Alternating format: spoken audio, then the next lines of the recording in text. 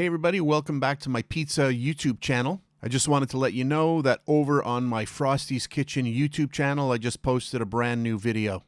So this one here is a full step-by-step video recipe. I am making 2 pizza doughs around 400 grams each. I finish off the video with some photos that I took of those pizzas that I baked in the Gozney Arc XL pizza oven.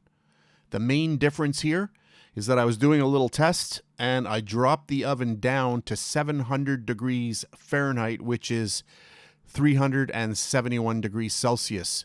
So a much lower temperature, but as you can see from those pictures, really amazing results. In a previous video, I was testing out some pizza screens, and so I thought another kind of cool test would be just by lowering that temperature if I could kind of keep the bottom of the pizzas from browning too much, and everything worked out really well.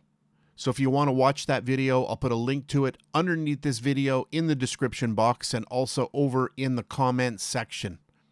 So that's it for this video. I hope to see you over there. Thanks very much for watching, and I'll catch you on the next one.